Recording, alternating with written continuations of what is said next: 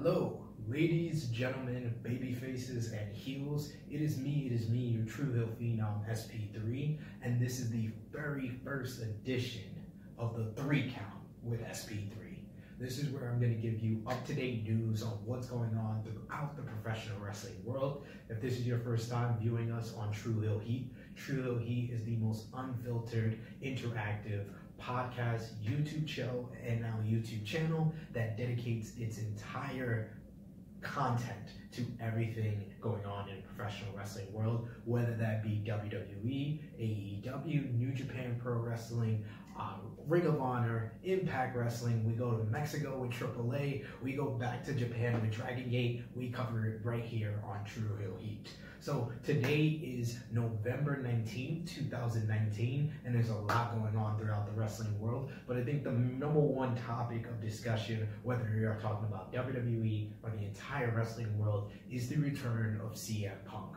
CM Punk put out a very interesting tweet Monday, November 18th, basically saying that he has been catching up on 5 years worth of wrestling. He says that a lot of the good stuff that he's seeing has a lot to do with the women, but he says that no one is safe when he is on WWE backstage. And in this particular tweet, he tagged WWE on Fox, Renee Young, Booker T, Vince McMahon, and the one, the only, TK for the cool kids, Tony Khan, the owner of All Elite Wrestling.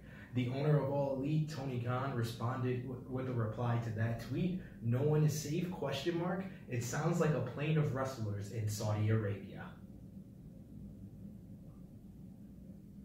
But that little joke did not go on kindly by some of the WWE superstars. In particular, Randall, Keith Orton, Randy Orton, Mr. RKO out of nowhere had a very interesting response, looking up a basically past article from over a year and a half ago with Shahid Khan, the father of Tony Khan, when he was being investigated for corruption.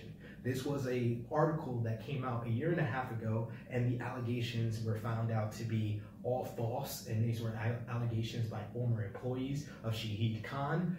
Tony Khan basically told Randy Orton that you played yourself. He's told them that the article in question was over a year and a half ago. He also told him, I thought you only tag me when you're looking for leverage for your new contracts. Ooh.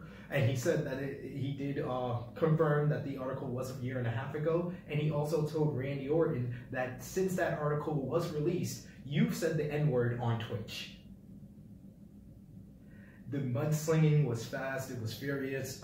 Brandy Rose replied to the tweet, for the original tweet from CM Punk, as well as Britt Baker, and as well as Charlotte Flair. A lot of WWE and AEW talent replied to that tweet. So if you are not on Twitter, I suggest you go on there very ASAP and see that thread, which is very, very fun and full of laughs, for sure.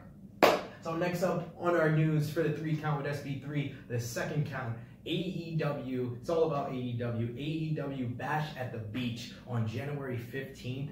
The return of Bash at the Beach. This is the first time that a Bash at the Beach event will be taking place since WCW's last Bash at the Beach in 2000.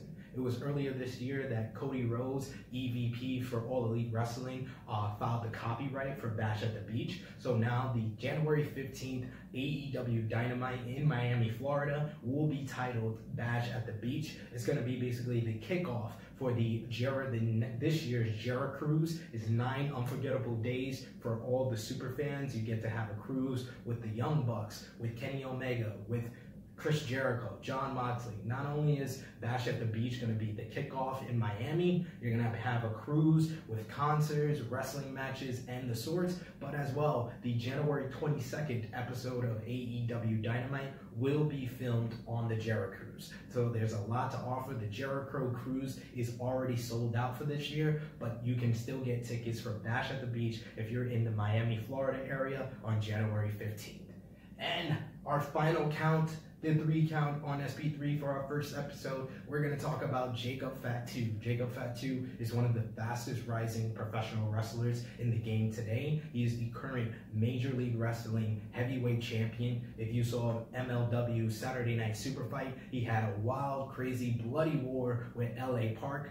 Jacob Fatu is one of the main members. I would say he's the in-ring leader because Joseph Samuel is the mouthpiece for the Contra Unit. The Contra Unit is the main stable in Major League Wrestling, and Jacob Fatu is the figurehead of that stable. So Jacob Fatu has decided to re-sign with MLW. So this is a big coup for MLW, who recently just signed King Mo, but also recently is having contract negotiations, or more like contract struggles, with Filthy Tom Lawler, former MLW champion, actually the champion that Jacob Fatu beat for the title. Jacob Fatu has re-signed, so this is a big plus for MLW. Court Bauer, they're doing a lot of great things. If you don't know of MLW, MLW Fusion is always available on Being Sports as well as on YouTube. Every episode of MLW Fusion is released right here on YouTube. So after you're done checking out the 3 Count with SP3, check out MLW Fusion. It's a Tuesday that I'm filming this, November 19th. So if you are watching this on Tuesday and you haven't got your wrestling fix, you got NWA Power right here on YouTube. You got AEW Dark. And later tonight on Access TV, you got Impact Wrestling. We never have a rest day when it comes to professional wrestling, and you will not get a rest day when it comes to the 3 Count with SP3. Whereas this is the first edition of many. We're going to have 2 more this week. It's a wild, crazy week that's going to have a lot of news. So I'm going to be back with you maybe tomorrow or the following day, but you're going to get 2 more episodes of the 3 Count with SP3, giving you up-to-date news right here on True Hill Heat. So until next time, it is me, your True Hill Phenom, SP3, signing off for the 3 Count with SP3. Until the next news drops.